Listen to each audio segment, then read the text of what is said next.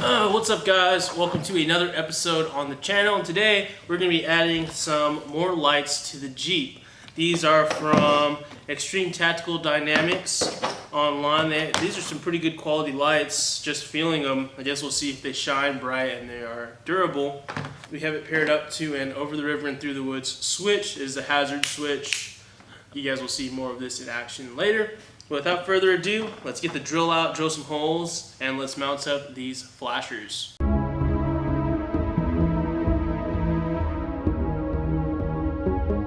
Alright, so I'm going to have to measure the halfway point between my Rotopax mount here. And this is going to go right in the center if it all works to plan. I think I'll be able to put it on this top little flat spot on here. I think it'll fit perfectly up there, but it's just a matter of figuring out where exactly I want to put it on here. And then I have to drill 3 holes, one for each end and then one for the wiring harness to go straight through the middle. So I'm going to measure this all out and catch up with you guys when I'm starting to drill. Alright, so these lights come with this foam isolator that goes between the light and whatever you're mounting it to. And I kind of want to touch this up a little bit, make it a little bit nicer of a mod. And I have this rubber here. I use this for my my USB power outlets in the cab. I use some of this stuff, and I just bought a whole little sample pad of it for pretty cheap on eBay. So if you guys are interested and you do a lot of wiring and lighting and stuff, this rubber isolator, it also keeps out the water, which is also another thing, a reason why I'm doing it. I'm not sure this foam will entirely keep water out, so that's why I'm going to put this rubber. But anyways, so all you got to do, or all I'm going to do, is since this comes with it, if it didn't come with one of these, I'd have to make a custom plate or a custom pad for it. Just kind of just drawing it out. But since it did come with one, I can just, let's kind of save some of this stuff. Kind of line that up. And then now, with my scissors here, and honestly, I could probably use scissors, but I want to try using the knife first. See how that goes. So this stuff is super easy to cut. It's just straight up rubber. What you would think of when you think of rubber. Make sure this stays aligned the whole time. You don't want your cuts to be off. If your cuts are off, then it makes it look pretty bad.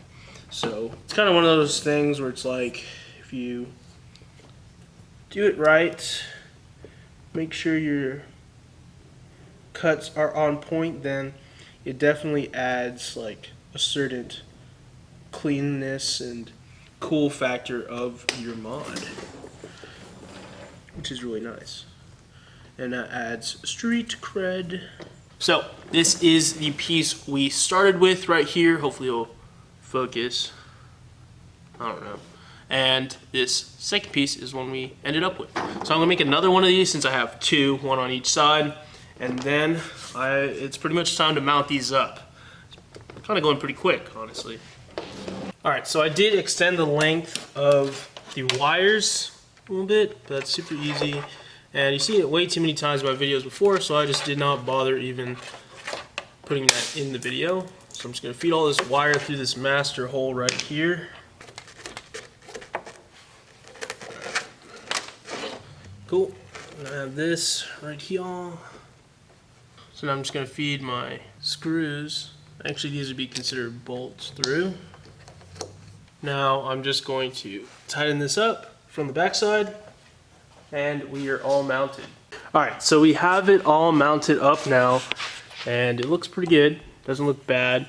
May need just a tiny bit more tightening, but it's pretty hard to tighten that. I need 2 people to tighten that one side, because it's kind of hard to reach, stretch your arms that way. It's pretty tough. So here's all the wiring here on the inside.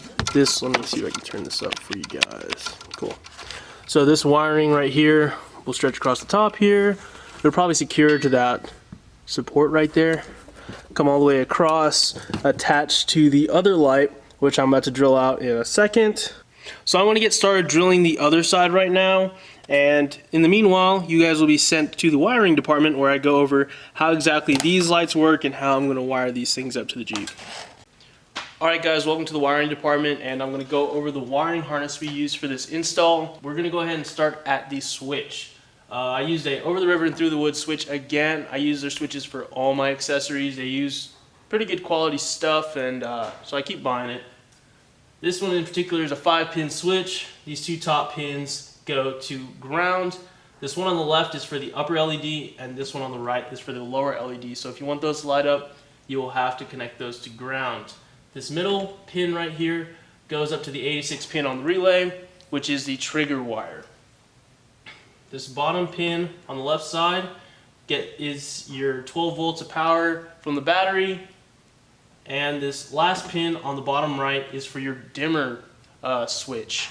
So on the factory Jeeps, if you pull out the window switches, if you have automatic window switches, then you want to tap into the orange and gray wire for that. I did that on my winch power switch, and it works quite nice, and that's how you control the dimness and the brightness of the switch with the factory controls.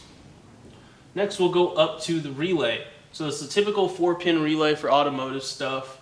This 86 pin, if you guys remember, was connected to the voltage out of the 5-pin switch. This 30 pin goes through a 5-amp fuse to the 12-volt powers from the battery. How we got 3 amps, there are 18-watt lights, multiply it times 2 because there is 2 of them, so we get 36 watts. 36 watts divided by 12 volts equals 3 amps. We'll just round it up to the next highest fuse is 5 amps. So now we've established what the 30 pin does. Let's talk about what the 85 pin does. That's pretty simple. It goes to ground. Now the 87 pin on the relay goes to your accessory. So let's talk about the accessories over here. So these two lights have a wiring harness already attached to them, which has 4 wires. Red for the 12-volt positive, black goes to ground, yellow is the switch function on how to change the flash pattern, and the white wire controls the sync of the lights. So if you want your lights to sync up, then you want to connect these white wires. So pretty much this red goes to the 87 pin on the relay. I just connected the reds and then connected 1 wire to the 87 pin. The white wire connects to the other light straight. This yellow wire goes and connects to the other yellow wire and goes to a momentary switch. The momentary switch controls the flasher function on changing the flasher patterns. Now the momentary switch controls the flash pattern of the lights, and the lights come with quite a bit of different options to use, and I'll go over those a little bit later in the video when I show you guys the finished product. But anyways, if you push the momentary switch less than 1 second, then you can cycle it to the next pattern. From 1 to 3 seconds, if you hold it down, you can go to the previous pattern. Hold it for 5 seconds, the flashes would turn off, and when you turn it back on, just hold it for another 5 seconds and it'll go back to the pattern you had it on before you turned it off. So that is pretty much the wiring diagram of the flashers. Go ahead and screen cap this if you're doing this install for yourself. But without further ado, it seems like I already got the other side back on. So let's go back to the floor and see what's crack-a-lackin'. Alright guys, so I finished up both sides and cleaned up all the wiring, so let's go ahead and check it out. So this is what it looks like. Doesn't look bad. It's rained a couple days last week and there are no leaks, so that's good. Let me back up and give you kind of a look from a distance. It doesn't look too bad at all. So on the interior of the Jeep, here's what that switch looks like. Looks quite nice. And the momentary switch is actually what used to be my garage door opener, but now it's just a momentary button that is mounted under here. Pretty stealth-like, so it doesn't take up any more space, and it looks quite good. So right now I'm going to switch it over to the dark mode of the shop, and we're going to check out the different flash functions.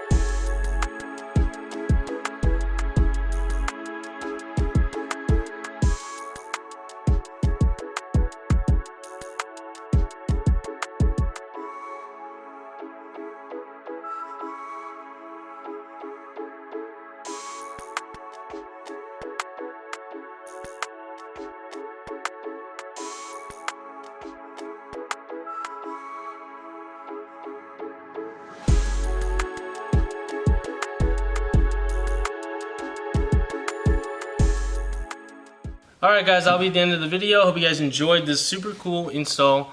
And subscribe to the channel because I do a lot more mods to my Jeep, not just lights. I do a whole bunch of different crazy stuff to it. So stay tuned for that. Like the video if you liked it. Comment below any comments, questions, or concerns. I do my best to answer back every comment. But if you have a question or a comment or a concern, drop it in the box below and I'll get back to replying to you. So with that, I'll see you guys later. And I'll see you guys in the next video. Peace.